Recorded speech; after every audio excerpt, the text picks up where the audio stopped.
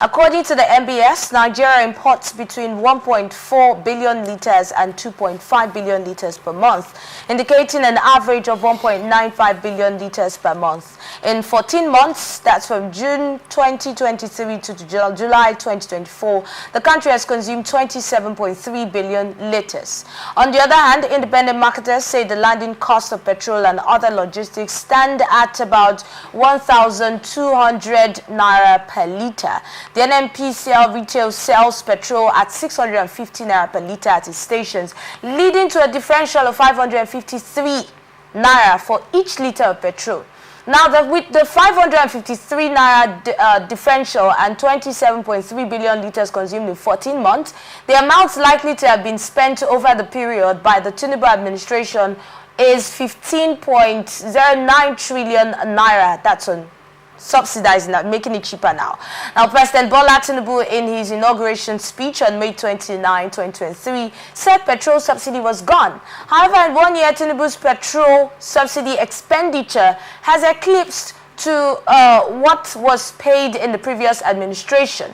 Now, on Monday, in a viral video, Kyari told the press that the state-owned company was not paying fuel subsidies. However, has revealed that while the retail price of petrol stands between 650 and 750 across the country, the landing cost of petrol per litre is 1,200.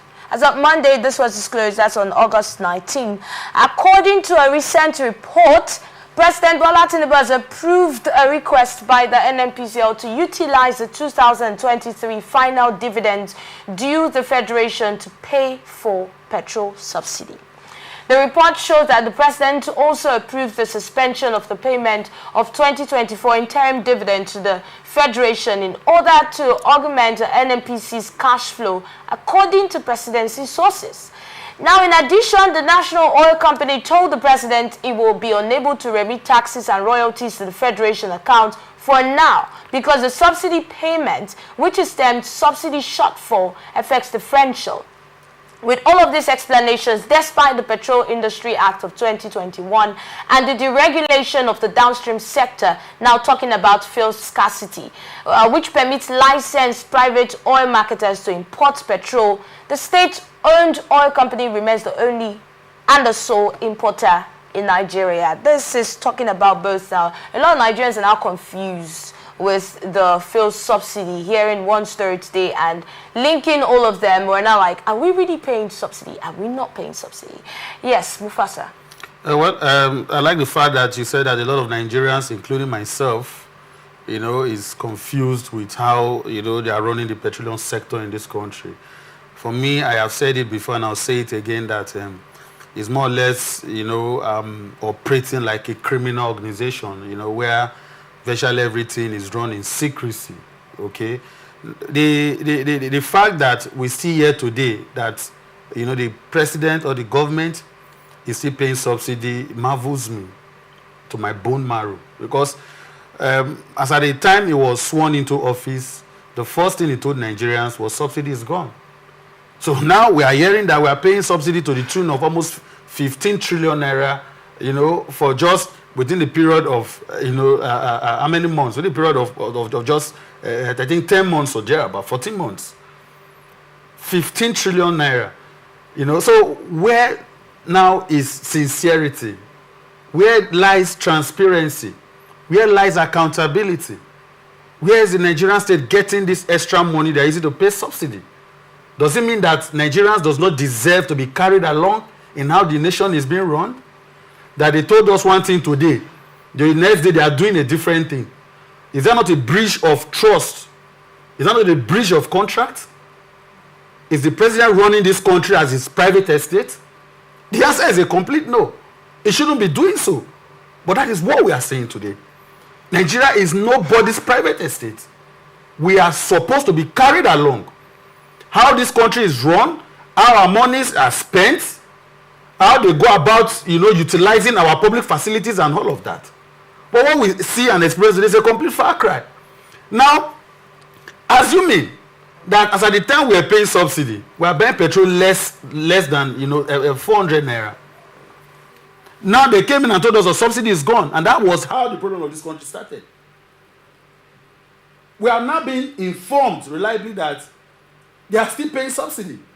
When former governor of Kaduna State said it, they were calling for his head. In fact, Malam Nasir El-Rufai said we are paying more than what we used to pay. Yet, we are buying petrol at an exorbitant price in this country.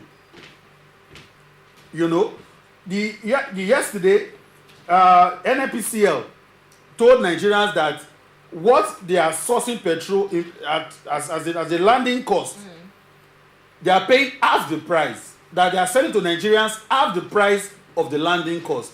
So who pays for the extra 50%? Exactly.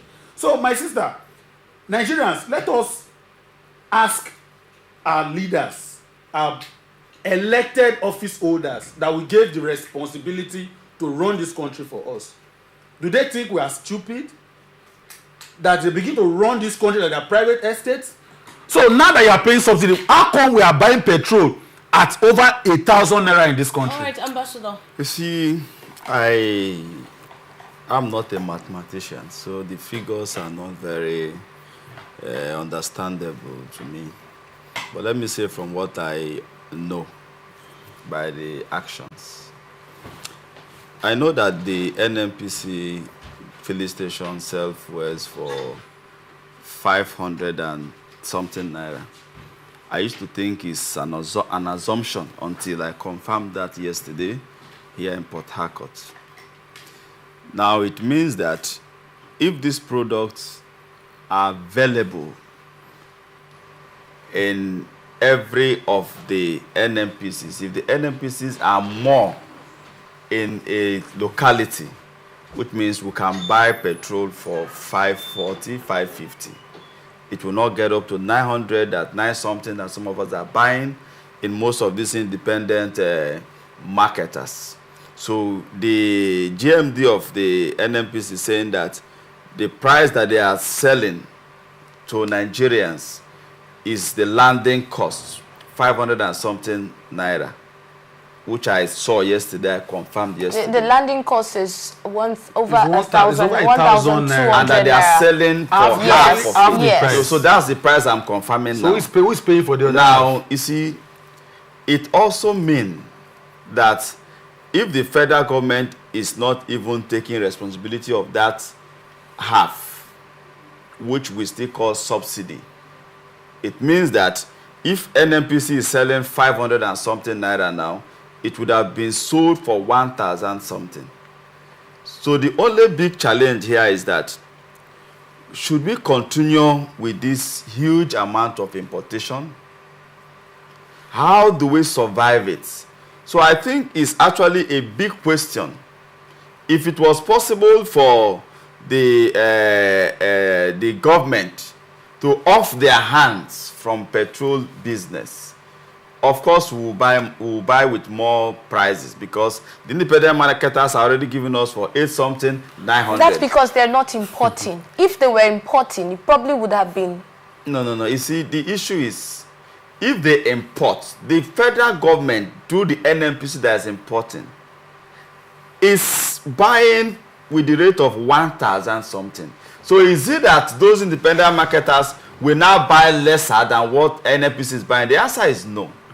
So I want to feel that when an issue becomes a big burden, you begin to diversify, you begin to rethink. It's quite unfortunate that the process of our, I call them the people who, these local illegal refiners, right? I give it to them, because what we heard is that what they are even refining is almost 90% better, relatively close to what we are importing outside, with less resources. But it doesn't change the fact that it's illegal. That cannot be confirmed. You see, when you say yes, it's because because it's still. You're talking about the purity at 90%, right? What facts do we have? No, let me. But that's just an assumption. Yeah, it's an assumption. Now, what I'm trying to suggest here is, can our state governments, the 36 states, including FCT now, think inward. Can we begin to reduce the value for petroleum products? Because let us just be selling crude now, my brother, sir.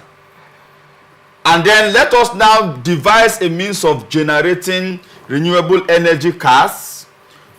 As a state, we can say Operation Use Solar, Operations Electric Cars, Operation Solar Cars. Let us bring in foreign companies that can build solar cars for us, convert some of our cars to electric cars. Foreign companies, what happened to if we do not have indigenous companies that can do that? We already have the CNG bus that the president has said, and that was an indigenous company. We don't have enough manpower. If it is an intervention arrangement, if it's an urgent arrangement, the manpower we have in providing that is not enough.